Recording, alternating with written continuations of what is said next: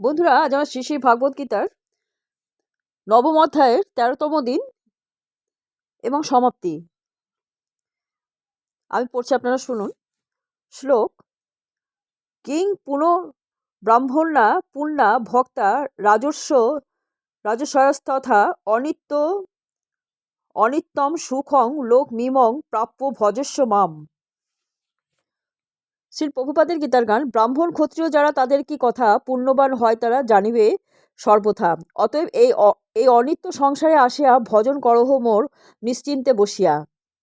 অনুবাদ: পুনর্জন্ম ব্রাহ্মণ, ভক্ত এবং ক্ষত্রিয়দের আর কি কথা, তারা আমাকে আশ্রয় করলে নিশ্চয়ই পরাগতি লাভ করবেন। অতএব যখন এই অনিত্য দুঃখময় মর্তলোকে মনুষ্য দেহ ধারণ করেছ, তখন অন্যান্য সমস্ত কর্তব্য ত্যাগ করে আমাকেই ভজনা করো।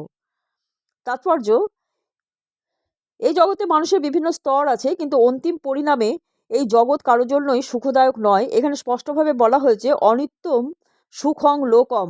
এই জগৎ অনিত্য এবং দুঃখময়, কোনো স্বাভাবিক ভদ্রলোকের থাকবার উপযুক্ত জায়গা এটা নয়। স্বয়ং পরম পুরুষোত্তম ভগবান এই জগৎকে অনিত্য এবং দুঃখময় বলে বর্ণনা করেছেন, কিন্তু কিছু কিছু দার্শনিক, বিশেষ করে অল্পবুদ্ধি সম্পন্ন গৌণ দার্শনিক বলে যে এই জগৎ মিথ্যে। কিন্তু ভগবদ্গীতাতে স্পষ্টভাবে বলা হচ্ছে যে এই জগৎ মিথ্যে নয়, তবে এই জগৎ হচ্ছে অনিত্য। অনিত্য এবং মিথ্যের মধ্যে পার্থক্য আছে। এই জগৎ অনিত্য, কিন্তু আরেকটা জগৎ আছে যা নিত্য শাশ্বত। এই জগৎ দুঃখময়, কিন্তু আরেকটা জগৎ আছে যা নিত্য আনন্দময়। অর্জুন রাজর্ষি কুলে জন্মগ্রহণ করেছিলেন। তাকেও ভগবান বলেছেন, হে অর্জুন, আমাকে ভক্তি করো এবং শীঘ্র তোমার যথার্থ আবাস আমার ধামে ফিরে এসো।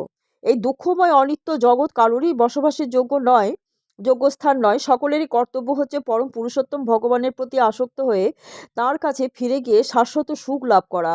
ভগবত ভক্তি হচ্ছে সকল শ্রেণীর মানুষের সব রকম দুঃখ দূর করার একমাত্র উপায়। তাই প্রত্যেক মানুষের কর্তব্য হচ্ছে কৃষ্ণ ভাবনায় ভাবিত হয়ে তাদের জীবন সার্থক করে তোলা। শ্লোক: মর্মনা ভব মদ্ভক্ত মদযাজি মাং নমস্কুরু মামে বৈশ্বসী যুক্তই বোমাত্মানং মত পরায়ণ। শ্রীল প্রভুপাদের গীতার গান। মল্লনা মদভক্ত মোর ভজন পূজন, আমাকে প্রণাম তুমি করো সর্বক্ষণ। মতপর হয়ে তুমি নিজ কার্য করো, অবশ্য পাইবে মোরে জ্ঞান ইহা জানো। অবশ্য পাইবে মোরে জানো ইহা করো। অনুবাদ: তোমার মনকে আমার ভাবনায় নিযুক্ত করো, আমাকে প্রণাম করো এবং আমার পুজো করো। সম্পূর্ণরূপে আমাকে আশ্রয় করে তুমি অবশ্যই আমাকে লাভ করবে। তাৎপর্য: এই শ্লোকটিতে স্পষ্টভাবে বলা হয়েছে যে কৃষ্ণ ভাবনার অমৃতই হচ্ছে এই দূষিত জগতের বন্ধন থেকে মুক্তি লাভ করার একমাত্র উপায়।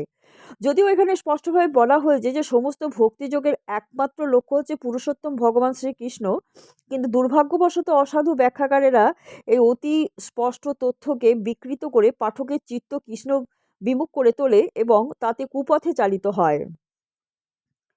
শ্রীকৃষ্ণ সাধারণ মানুষ নন, তিনি হচ্ছেন পরম তত্ত্ব। তাঁর দেহ, চিত্ত এবং তিনি স্বয়ং অদ্বয় পরম তত্ত্ব। শ্রী চৈতন্য চরিতামৃতের আদি লীলা ৫ম অধ্যায় ৪১-৪৮ সংখ্যক শ্লোকের অনুভাষ্যে শ্রী ভক্তি সিদ্ধান্ত সরস্বতী ঠাকুর কুর্ম পুরাণ থেকে একটি শ্লোকের উল্লেখ করে বলেছেন যে দেহ দেহি বিভেদ হয়ং নেশ্বরে বিদ্যতে কচিত। অর্থাৎ পরমেশ্বর শ্রীকৃষ্ণ এবং তার দেহে কোনো ভেদ নেই, কিন্তু যেহেতু তথাকথিত ব্যাখ্যাকারেরা কৃষ্ণতত্ত্ব সম্পর্কে সম্পূর্ণ অজ্ঞ, তাই তারা তাদের ব্যাখ্যা এবং বাক চাতুর্যের দ্বারা শ্রীকৃষ্ণকে আড়াল করে রেখে বলে যে শ্রীকৃষ্ণের যথার্থ স্বরূপ তার দেহ এবং মন থেকে ভিন্ন। যদিও এই ধরনের মন্তব্য কৃষ্ণতত্ত্ব বিজ্ঞান সম্বন্ধে সম্পূর্ণ অজ্ঞতার পরিচায়ক, কিন্তু কিছু মানুষ জনসাধারণকে এইভাবে বিপদগামী করে নিজেদের স্বার্থসিদ্ধি করে। কিছু আসরিক ভাবাপন্ন মানুষও শ্রীকৃষ্ণকে চিন্তা করে, কিন্তু তাদের চিন্তা শ্রীকৃষ্ণের পিতৃব্য কংসর মতোই বিদ্বেষপূর্ণ। সেও শ্রীকৃষ্ণের চিন্তায় সদা সর্বদা তন্ময় থাকে, কিন্তু সে শ্রীকৃষ্ণকে শত্রু বলে মনে করত। তার সবসময় উদ্বেগ হতো যে কখন শ্রীকৃষ্ণ তাকে হত্যা করতে আসবেন। এই ধরনের চিন্তায় কোনো লাভ হয় না। শ্রীকৃষ্ণের চিন্তা করা উচিত প্রেমময়ী ভক্তি ভরে, তাকে বলা হয় ভক্তিযোগ। এই যোগে সর্বদা শ্রীকৃষ্ণের অপ্রাকৃত তত্ত্ব উপলব্ধি করার চেষ্টা করা উচিত। এই অনুকূল অনুশীলন কি? সদ্গুরুর আশ্রয়ে শিক্ষা গ্রহণ করাই হচ্ছে কৃষ্ণতত্ত্বের অনুকূল অনুশীলন। শ্রীকৃষ্ণ হচ্ছেন পরম পুরুষোত্তম ভগবান এবং আমরা ইতিপূর্বে কয়েকবার বিশ্লেষণ করেছি যে তাঁর শ্রীবিগ্রহ প্রাকৃত নয়, তা সচ্চিদানন্দময়।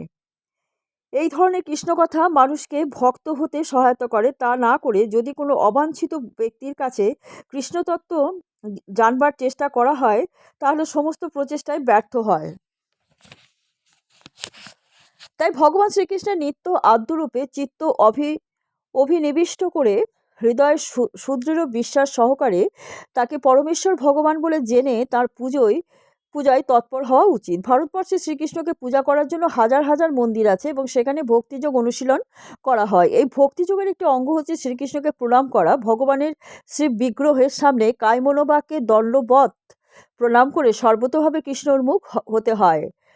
তার ফলে শ্রীকৃষ্ণে অবিচলিত নিষ্ঠার উদয় হয় এবং তার ফলে কৃষ্ণলোক প্রাপ্ত হওয়া যায়।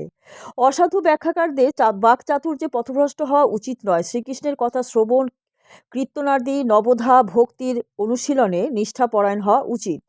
শুদ্ধ কৃষ্ণ ভক্তি হচ্ছে মানব সমাজের পরম প্রাপ্তি। ভগবদ্গীতার 7ম এবং 8ম অধ্যায়ে জ্ঞানযোগ, ধ্যানযোগ এবং কর্ম থেকে স্বতন্ত্র শুদ্ধ ভক্তিযোগের বর্ণনা করা হয়েছে।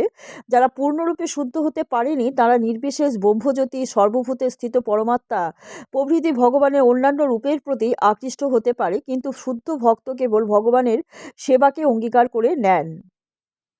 কৃষ্ণ বিষয়কে একটি অতি মধুর কবিতাতে স্পষ্টভাবে বলা হয়েছে যে শ্রীকৃষ্ণ ব্যতীত অন্যান্য দেবদেবীর পূজায় নিয়োজিত ব্যক্তিগণ মূঢ় এবং তারা কখনোই পরমেশ্বর ভগবান শ্রীকৃষ্ণের পরম কৃপা লাভ করতে পারে না। যদি কখনো কোনো কারণে প্রথম পর্যায়ে কোনো ভক্ত তার প্রকৃত অবস্থা থেকে সাময়িকভাবে অধঃপতিত হয়, তবুও তাকে সকল দার্শনিক ও যোগীদের থেকে অপেক্ষাকৃত শ্রেষ্ঠ বলে গণ্য করা হয়।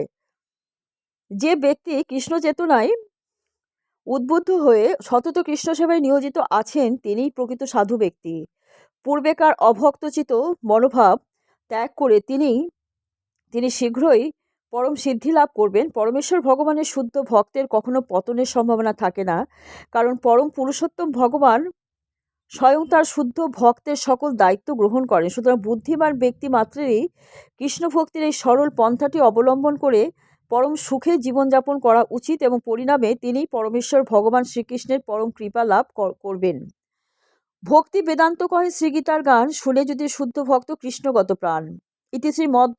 ইতি শ্রীমদ্ ভাগবত গীতার 9ম অধ্যায়ের রাজগুহ্য যোগ বিষয়ক শ্রী ভক্তি বেদান্ত তাৎপর্য সমাপ্ত। বন্ধুরা, আজকে এই পর্যন্ত। আগামীকাল আপনাদের আবার পড়ে শোনাবো।